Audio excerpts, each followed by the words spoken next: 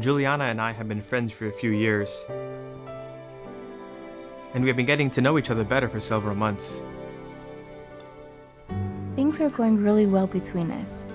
I must say, when Nick asked me to join some friends for a little get-together at the park, I was getting suspicious when both our families were there. I said yes. I couldn't believe she didn't see it coming. We were both so excited, and word spread fast. At the meeting the next day, everyone was congratulating us. My friend Natalie especially. She was full of ideas. I couldn't wait to start making plans. I never realized how much goes into a wedding, and everyone had their own ideas of what we needed, even Dad. We had to think about who we would invite, pick out flowers, decorations, a suit for Nick, and of course, a dress. This was going to be so much fun, or so I thought. I soon found out there's a whole wedding-related industry out there. They were trying to be helpful, but at the same time, this is how they make money.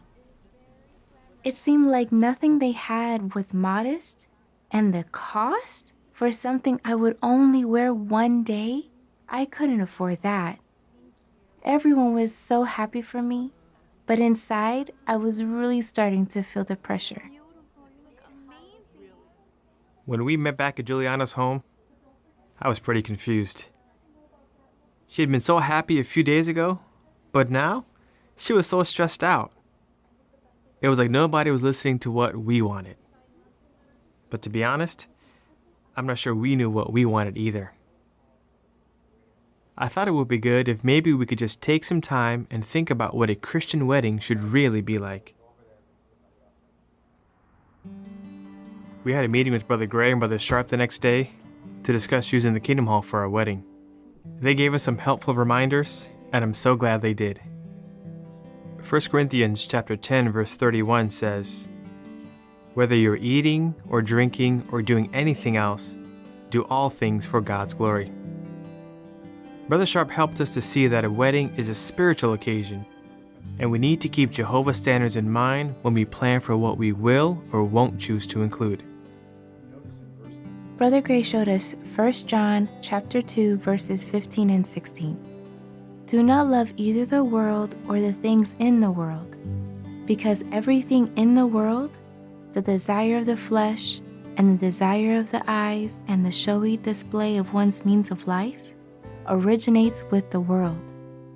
He reminded us that what the world views as normal is far different from Christian standards, and that we can be a good example by making sure our choices please Jehovah. They even gave us a few articles about wedding arrangements to review. They wanted to make sure we would have a happy occasion with nothing to regret. I asked Brother Sharp if he would be our director of the feast to help keep things coordinated, and he suggested that we talk about it over dinner that night. On the way there, we passed by a photography studio. I couldn't believe how lavish and showy some weddings are. It looked more like an excuse to party, instead of something that's supposed to honor God. It reminded me of the book of Galatians. Now the works of the flesh are drunkenness, wild parties, and things like these. We didn't want to do anything like that. We each took the time to prayerfully consider the material the brothers gave us. We saw that scriptural principles can even help us plan a wedding that's affordable, enjoyable for everyone, and a day that honors Jehovah. It looked like we needed to make some adjustments. We couldn't include everything we originally thought. Some things were just too expensive. And we wanted to make sure that none of our choices reflected the spirit of the world.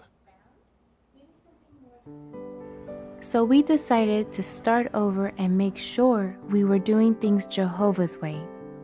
1 Timothy chapter 2 verse 9 says that a Christian should adorn themselves in appropriate or respectable dress, with modesty and soundness of mind.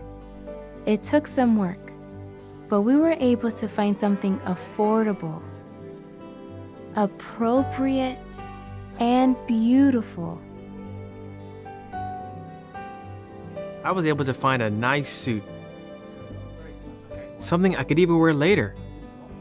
And of course, the girls came by to make sure that everything matched. Time went by so fast. I called Brother Sharp so he could help us follow through on the day of the wedding. Before we knew it, we were sending out invitations and finalizing all the details. When my dad walked me down the aisle that day, I was so excited.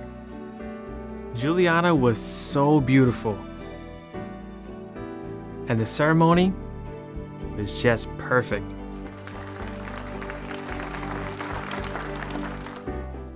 After all that planning we did, we were sure to make it legal. When looking back at our photos, it brings back so many good memories. I was so happy with how nice everything turned out. And when we saw what a great job our friends had done decorating the reception, I couldn't believe my eyes. It was perfect, simple, dignified. Our friends all told us it was one of the nicest weddings they've been to. Everything that day was just what we wanted. It even stayed on budget. And most importantly, we got our marriage off to a good start with Jehovah's help. I'm so happy we found each other. I'm so happy I found you too, love. And I know we'll stay happy if we keep Jehovah first.